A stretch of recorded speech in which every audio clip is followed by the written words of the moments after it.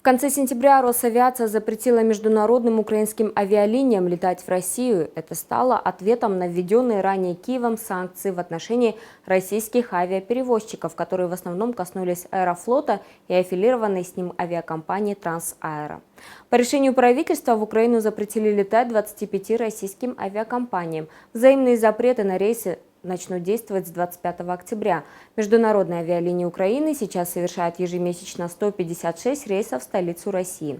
Впрочем, закрытие этих рейсов, по словам владельца консалтинговой компании Friendly Aviasupport Александра Ланецкого, дает возможность украинским авиалиниям.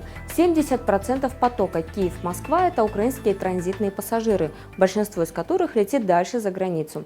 То есть остановка полетов в России – это шанс вернуть пассажира, который сейчас пользуется московским хабом, на свои рейсы, передает его слова украинское издание «Фокус».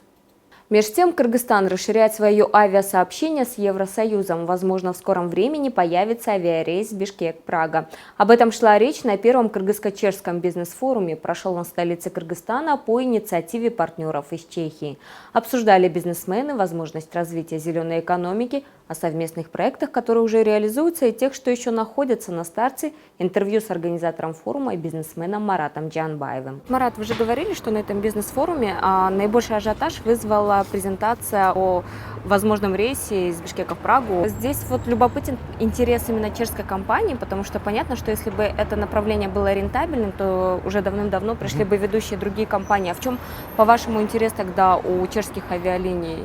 Традиционно чешские авиалинии охватили сегмент русскоговорящего или российского рынка, но из-за кризиса на Украине за последние 2 года чешские авиалинии закрыли 9 направлений.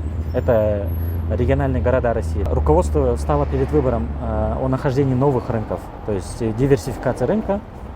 Уже с 2008 года успешно у них существовал рейс Прага-Алматы, единственный рейс в Центральную Азию. Да? И, соответственно, они начали делать переориентацию на азиатский сегмент. После того, как наши власти объявили о том, что Бишкек будет продвигаться как региональный хаб, этот факт заинтересовал чешские авиалинии, и они действительно рассматривают Бишкек больше не как они говорят, final destination, да, а больше как транзитный узел, откуда дальше пассажиры могут продолжить полет. Ну, допустим, в Китай. Их интересует маршрут Прага-Бишкек, Бишкек-Гуанчжоу или же Бишкек-Шанхай. И второй фактор, то, что у нас безвизовый режим. Многие чешские пассажиры, они могут совершить остановку в Бишкеке на несколько дней, а дальше продолжить полет. Да? Первый такой пробный рейс планируют сделать Прага-Алматы, Алматы-Бишкек, Бишкек-Прага. И посмотреть вот этот пассажиропоток. Ну, это замечательная новость. Вообще, на ваш взгляд, как скоро нам ждать этого окна в Европу?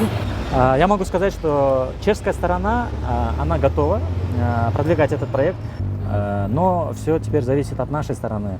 Это шаг со стороны правительства Кыргызской республики, это от органов гражданской авиации. И я думаю, что если будет взаимообоюдное понимание дела и сотрудничество, то можно было бы этот рейс запустить весной 2016 года, как оптимистично планирует чешская авиалиния.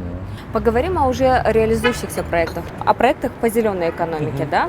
Насколько вообще то же самое Досмие, сейчас вы говорили, что в Досмие строятся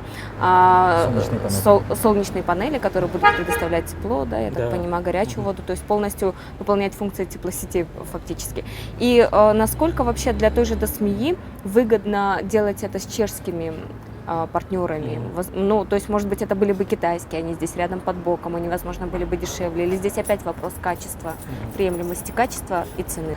Вначале традиционно Китай предлагал относительно недорогую продукцию, но, как я говорил прежде, рост экономики порождает повышенные требования к закупаемой продукции, да, к качеству. И только приведу пример, на Иссык-Куле за последние 3 года установлено более 10 очистных сооружений от разных чешских компаний.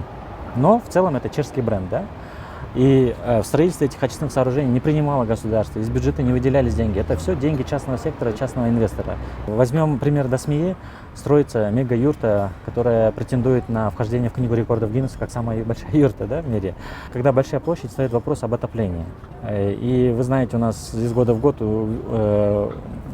остро стоит проблема энергоресурсов и вообще энергетики. И здесь доноры, которые софинансируют данный проект, предложили использовать альтернативные источники энергии. И таким образом родился этот проект. Почему не китайский, а чешский? Данная чешская компания, она предлагает и техническую поддержку после реализации проекта. Многие клиенты жалуются на то, что они могут сами поехать в Китай это купить, но вопрос обслуживания это тоже немаловажный момент, аспект, да? А данная чешская компания уже имеет штат инженеров, техподдержку, и это, я думаю, будет очень уникальный проект, когда юрта полностью в день будет иметь 1000 литров, это тонна горячей воды для своего потребления, только обогретая за счет солнца. И площадь юрты тоже будет полностью отапливаться в отопительный сезон за счет солнечной энергетики. И инженера посчитали, что энергоэффективность будет составлять 83%. И это как раз-таки реальная демонстрация того, что государство не прилагало усилий привлекать такие технологии, но частный сектор, бизнес сам находит эти дороги. Частные инвестиции, частный бизнес, они порождают определенный спрос, а предложение находится как раз-таки у этих развитых стран. Марат, ну вот у вас очень много, мы очень много с вами говорили о зеленой экономике, да, не только сегодня, а Да. вообще до этого.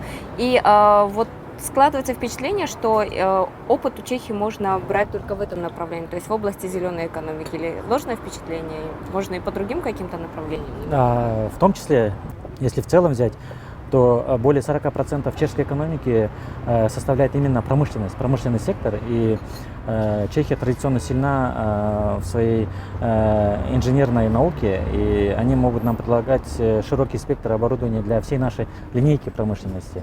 И, допустим, мы все знаем, да, бренд «Чешское стекло».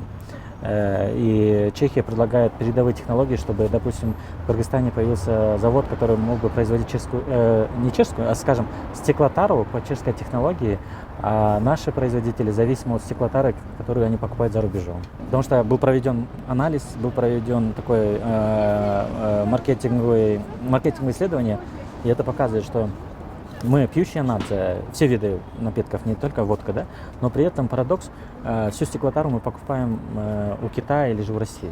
У нас нет собственного производства, которое бы могла бы обеспечивать наш внутренний рынок.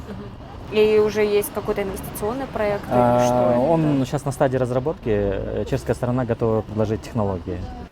Товарооборот Кыргызстана со странами Евросоюза составляет 1/5 часть от общего объема внешней торговли. Наша страна отправляет в еврозону почти половину всего экспорта.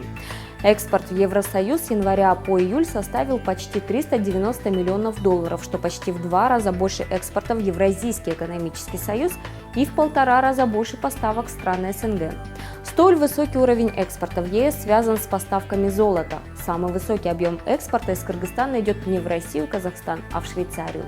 За первые 7 месяцев этого года на 374 миллиона 400 тысяч долларов. Швейцария закупает у нас почти на всю сумму золота. Эта страна 4-я по объемам торгового сотрудничества после России, Китая и Казахстана. Высокий уровень товарооборота у Кыргызстана с Германией на 77 миллионов долларов, примерно на том же уровне, что с Узбекистаном и Украиной. Импорт из Евросоюза в Кыргызстан составляет 7,5%, на 14 миллионов поставки осуществляет Италия.